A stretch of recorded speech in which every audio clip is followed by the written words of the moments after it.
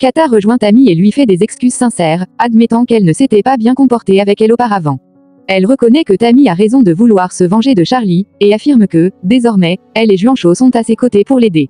Touchée par cette déclaration, Tammy fond en larmes, émue d'entendre enfin des mots de soutien. Une fois apaisée, Tammy leur expose sa stratégie, elle compte contrer Charlie en lui prenant un à un tous les artistes qu'il convoite pour son label. Juancho, motivé, décide immédiatement de prendre de vitesse Charlie en fixant un rendez-vous avec Irma, l'une des chanteuses ciblées, pour tenter de la convaincre avant lui. Le détective privé retrouve Rema pour lui présenter les preuves qu'il a collectées sur Charlie. Toutefois, il omet volontairement de lui montrer les photos compromettantes de Charlie avec une autre femme. Malgré cette omission, il réussit à semer le doute dans l'esprit de Rema, en affirmant avec conviction que Charlie cache quelque chose d'important. Rema repart avec une suspicion grandissante. En larmes, Vanessa arrive chez Eric, dévastée par sa rupture avec Ruko. Ce dernier l'a profondément déçue. Eric, bienveillant, l'emmène faire un tour pour l'aider à se changer les idées et se calmer. Charlie tombe sur une interview explosive de Chris Vega, un ancien collaborateur, qui le détruit publiquement. Vega y déclare que Charlie est un menteur, un manipulateur, et un ivrogne notoire. Il affirme qu'il a été viré sans égard, que son rêve a été brisé, et que Charlie n'a plus aucun talent réel ni succès récent. Vega affirme que la vraie star du moment, c'est désormais Fresqueuil, le petit frère de Charlie, qu'il juge bien plus talentueux. Il insiste sur la décadence de Charlie, affirmant qu'il est dépassé et discrédité dans le milieu. Charlie, furieux après avoir vu l'interview, en discute avec Tammy. Il veut à tout prix faire taire Vega. Tammy tente de le calmer en lui rappelant que ce sont les médias, qu'ils n'ont pas de contrôle direct sur ses propos, et qu'il vaut mieux se concentrer sur le concert qui s'est relativement bien passé. Mais Charlie se sent de plus en plus menacé, convaincu que Vega tente de promouvoir Eric à sa place. Alors que la tension monte entre Charlie et Tammy, Axel fait irruption pour avertir Charlie que Rema a besoin de lui de toute urgence. Charlie est contraint d'interrompre sa colère pour aller la retrouver. Rema partage avec Charlie les commentaires postés sur les réseaux sociaux à la suite de l'interview de Chris Vega. Contre toute attente, les internautes prennent massivement la défense de Charlie et s'en prennent à Chris, l'accusant de jalousie et de mauvaise foi. Charlie, ravi de ce retournement, jubile intérieurement en constatant que l'opinion publique est en sa faveur. Rema interroge ensuite Tammy pour savoir si Charlie lui a parlé ou s'il lui a révélé ce qu'il avait fait après le concert de la veille. Tammy affirme qu'il ne lui a rien dit de particulier, juste une demande administrative liée au concert. Rema exprime alors ses doutes, bien qu'elle dispose des photos du détective montrant Charlie seul chez lui. Elle commence à douter de ses soupçons. Tammy tente de la ramener à sa propre intuition, lui rappelant que personne ne connaît mieux Charlie qu'elle. Finalement, Rema avoue qu'elle cherche peut-être des fautes extérieures alors que les vrais responsables de la séparation sont simplement elle et Charlie. Charlie remet à Axel des documents destinés à Rema, en lui ordonnant fermement de les lui faire signer sans qu'elle les lise. Axel, inquiet, hésite mais finit par céder sous la pression. Il remet ensuite les papiers à Rema, qui les signe effectivement sans les consulter. Plus tard, Tammy interroge Charlie sur sa soirée de la veille. Elle tente de savoir s'il est allé voir quelqu'un, notamment sa mère. Charlie répond qu'il est simplement rentré chez lui pour se reposer, prétendant avoir été fatigué par la journée. Il ajoute que l'état dépressif de Vanessa le préoccupait. Tammy, en posant ses questions, cherche visiblement à confirmer les soupçons qu'elle a déjà. Charlie reçoit ensuite un appel de Carolina. Celle-ci lui rappelle que la réunion entre ses ex-épouses, leurs avocats et lui-même aura lieu dans son propre studio. Elle l'avertit qu'il serait dans son intérêt de soigner sa relation avec Rema, car cela pourrait influencer le cours des négociations. Carolina lui impose une attitude plus soumise et le prévient qu'il ne doit plus jamais lui raccrocher au nez. Charlie propose à Rema de déjeuner avec lui juste avant leur rendez-vous avec leurs avocats. Il lui rappelle qu'il a tout organisé pour cet après-midi, et malgré leur procédure de divorce, il tente de détendre l'atmosphère.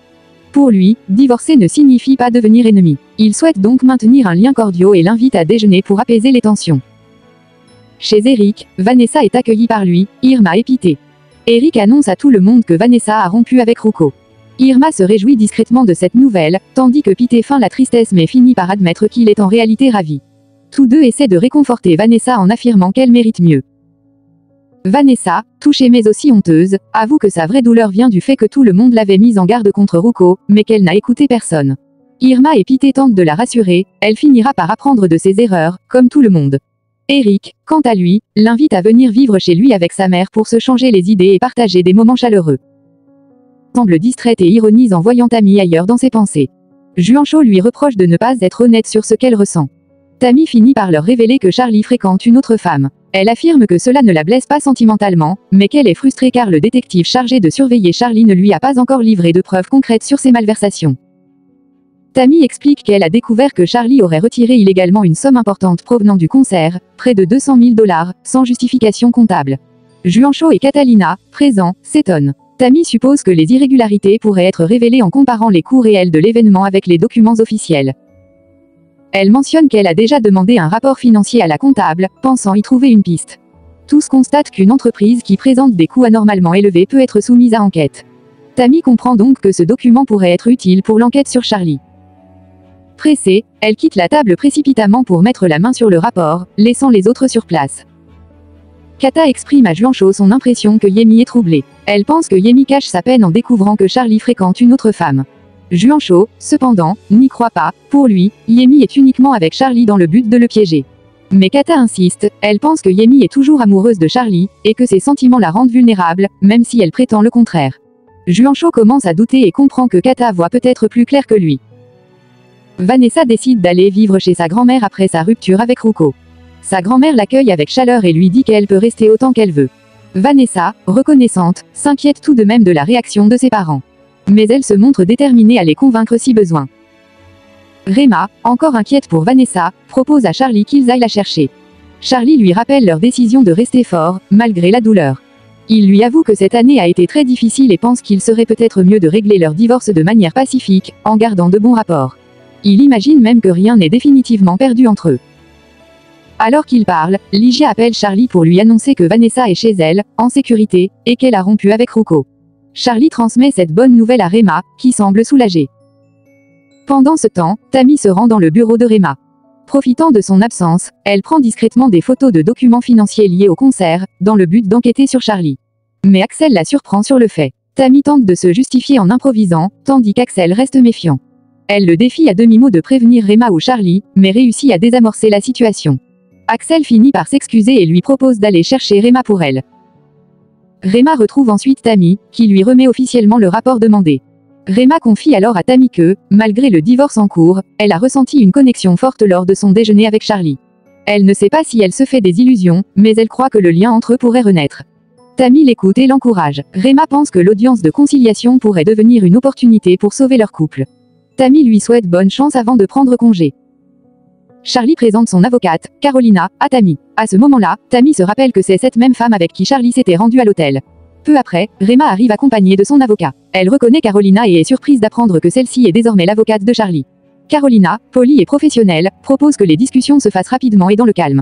L'avocat de Rema approuve cette démarche. Charlie en profite pour adresser un message personnel à Rema. Il lui rappelle les années qu'ils ont passées ensemble, son respect envers elle en tant que mère de sa fille, et affirme encore l'aimer en tant que personne. Il conclut en soulignant son attachement à leur fille Vanessa. Carolina insiste ensuite sur le fait que leur priorité doit être le bien-être de Vanessa et propose de poursuivre la discussion dans un cadre plus formel, ce à quoi tous acceptent. Pendant ce temps, Tammy contacte discrètement le détective et lui demande d'envoyer immédiatement les photos compromettantes de Charlie avec sa maîtresse. Ces photos, issues d'une filature, doivent arriver avant la fin de la réunion. Rema reçoit les photos durant la réunion de partage des biens, mais ne les ouvre pas tout de suite. Elle reçoit également un appel de reste-repos, mais ne prend toujours pas connaissance des images.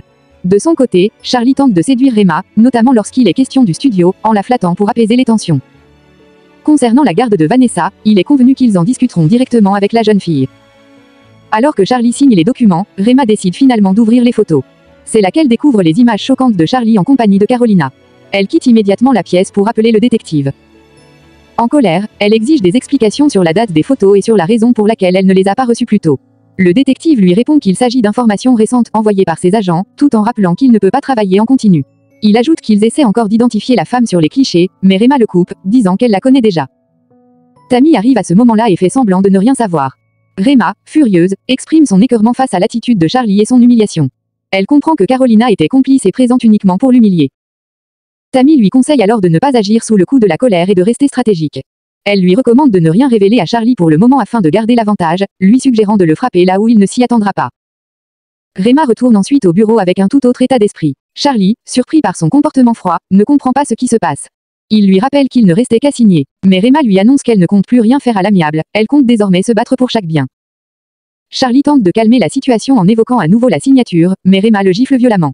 Elle lui fait comprendre qu'il a dépassé les limites, et qu'il va désormais voir de quoi elle est capable. Elle l'avertit qu'ils devront aller au tribunal et qu'elle détient suffisamment d'informations pour lui nuire sérieusement.